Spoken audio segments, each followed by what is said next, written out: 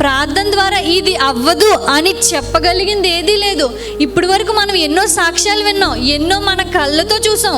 ప్రార్థన ద్వారా ఇలాంటివి కూడా జరుగుతాయా అన్నట్టుగా జరుగుతూ ఉంటాయి. అంత గొప్ప ప్రార్థన ఒక క్రైస్తవుని చేతిలో దేవుడు పెట్టాడంటే ఆ ప్రార్థన మనం ఎలా ఉపయోగించుకుంటున్నాం, ఆ ఆయుధాన్ని లేకపోతే ఆ బాణాన్ని కావచ్చు ఎలా ఉపయోగించుకుంటున్నాం. మనకు ఏదైనా సమస్య వచ్చినప్పుడు, ఏదైనా శోధన కావచ్చు, ఎలాంటి కష్టమైన ఎదురొచ్చినప్పుడు ఆ ఆయుధాన్ని ఉపయోగిస్తున్నామా ముందు, లేకపోతే వేరే వేరే ఆయుధాలన్నీ ప్రయత్నిస్తూ ఉంటున్నామా? అసలైన ఆయుధం ప్రయత్నించకపోతే, ఇప్పుడు జ్వరం వచ్చింది అనుకోండి, ఎవరికైనా జ్వరం ట్యాబ్లెట్ వేస్తే తగ్గుతుంది. జ్వరం ట్యాబ్లెట్ అయిన, మోషన్ ట్యాబ్లెట్ వేస్తాను, వాంతుల ట్యాబ్లెట్ వేస్తానంటే, అలాగా మనం కొన్ని సమస్యలు మనకు ఎదురైనప్పుడు మనం అవసరమైన ప్రార్థనను ఉపయోగించాం. ప్రార్థన అన్న ఆయుధాన్ని ఉపయోగించాం.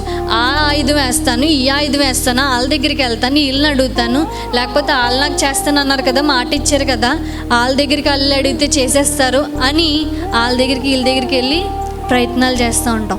కానీ క్రైస్తవునిగా మనకి ఇచ్చిన ఆయుధంతో మనం మొదటిగా ప్రార్థనకే ప్రాధాన్యత ఇవ్వాలి.